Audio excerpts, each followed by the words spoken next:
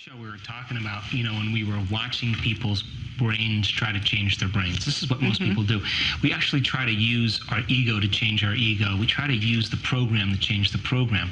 And it's like we're fighting against ourselves. And if you see a brain scan of somebody do that, their brain actually goes more into hypercoherence, more into conscious beta, high beta thinking. In other words, monkey brain. They're actually getting where they're analyzing themselves within their emotions that they've memorized, and basically they're analyzing or thinking in the past, and it drives their brain further out of balance. So when I saw this, it was a classic moment for me because I couldn't take my eyes off it. I kept thinking about it and how we've all tried to do this. And so in our work, what we teach people how to do is, and when the brain's doing that, you get very narrow focused. You get very object focused. You obsess about something, a problem, a thing. You loop, and it causes our awareness to become very, very what's called convergent. And what the research has shown, both in our work and other work, is that when you teach people how to become aware of the space around them in space, then all of a sudden the brain starts to get more organized. When the brain moves into that hypercoherent state, different compartments of the brain that are normally talking to each other no longer communicate with each other. It's funny because when you say hypercoherent, most people think of coherence as a good thing, a balancing thing. Right. So good coherence means there's a good rhythm. Yes. There's rhythm, there's synchrony, there's order, there's a pulse, there's a beat. Hypercoherence means it's too fast and it's too brain's working. It's hyper incoherent, we should say. That's right. Yeah. So in that state of hyperincoherence, when the stress chemicals are running, when you're under stress and I'm under stress, we become very selfish. That's what those hormones do. We think that we're our bodies. We think that we're our identity identifying with the environment, and we think we're living in linear time. That's what those hormones do. If the zebra's being chased by the lion and she's saying, I got to take care of my body, I got to put my awareness on it, where in my environment am I going to go and how much time do I have to get there? So think, the majority of people that live their life spend their life in these limited altered states, which psychology calls normal states of consciousness. They're altered states. So then, just like you and I were living in that selfish state, endorsing the ego to become selfish, self-indulgent, self-important, self-centered, self-aggrandizing, self-absorbed. The brain does the exact same thing. The neurons in the brain that should be communicating in networks across vast landscapes, all of a sudden they're saying there's an emergency, so I'm going to close down, and my neighborhood's not going to talk to this neighborhood, this community's not going to talk to this community, this whole state or region's not going to talk to that region. The brain starts to become very subdivided, right? So that's a very incoherent state, and it sends a very incoherent signal down the central nervous system, which creates a very incoherent message to the immune system, to the digestive system, to the cardiovascular system. It's a group of people playing drums that have no rhythm, and the body really begins to suffer the effects because the central nervous system controls and coordinates all other systems. So then, as it sends a signal to the immune system saying, I don't know how to make white blood cells with that signal. I don't know how to keep the timing between my digestion working. I don't know how to keep my heart in balance with the brain. And so the body begins to suffer. So when people begin to put their awareness in open or cause a divergent focus instead of a convergent focus, that opening of attention, what people don't realize is this is who you really are, right? Yes. So this field around your body is who you really are. When you're functioning by the hormones of stress, you're more particle and less energy. You're more matter and less wave. That's the function of what those hormones do. We become materialists, right? And we define reality with our senses. So energy contracts. So then when you begin to put your awareness on the space around your body in space, that field around your body is consciousness. That's who we really are. The moment you put your awareness on that consciousness, on that space, something amazing happens. The brain starts getting very orderly, and you're no longer using the brain to try to change the brain. You're no longer using the ego to try to change the brain, or the ego, or you're not using the program to try to change the program. You're using consciousness to change the program, the brain, and the ego. Because this is you.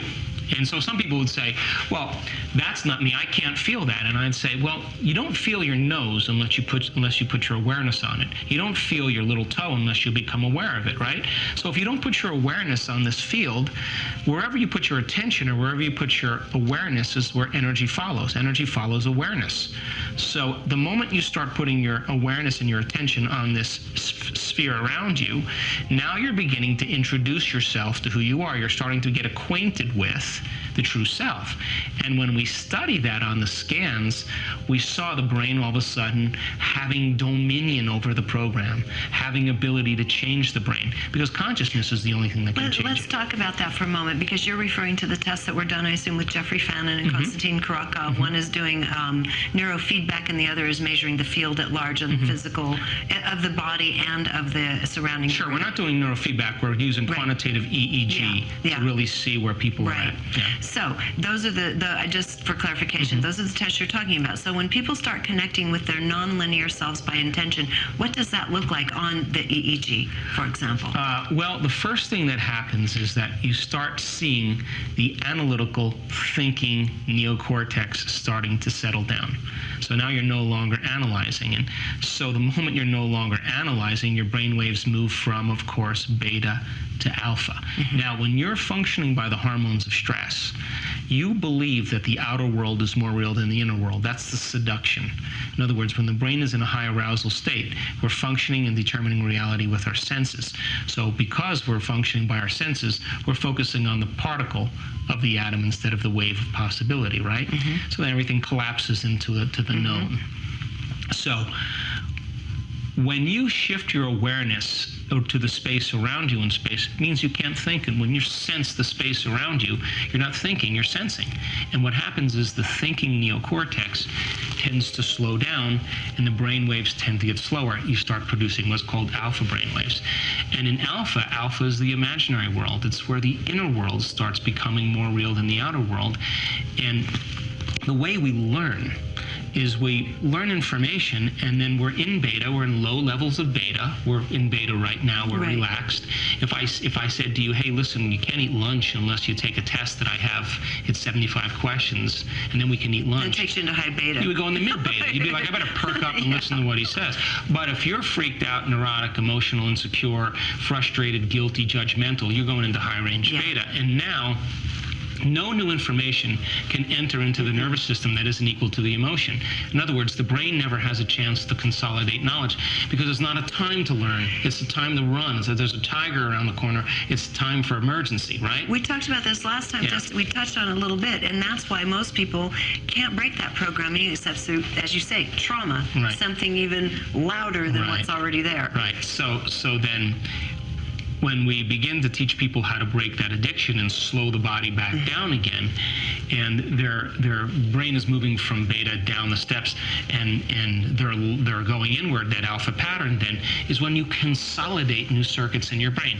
So like I know when I'm lecturing that people are getting information because I'll develop a concept or an idea, and as I develop the concept or an idea, they'll go from the outer world listening to me to the inner world of actually consolidating the knowledge. They'll pause and the brain will move into alpha. When it happens, the brain stores it in its circuitry. So when we learn, we move into alpha. So if you're in high beta, you never, ever get any new information in there. So in alpha, the imaginary world, the inner world becomes more real. And what we noticed on our scans is that the beta patterns tend to slow down, and we start to get these really broad, healthy alpha patterns. And the person now is creating coherent, orderly, rhythmic patterns, and different compartments of the brain are shaking hands.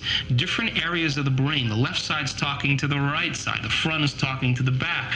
All of a sudden, we're getting this psychic union going on, and different neighborhoods are saying, she's out of the way.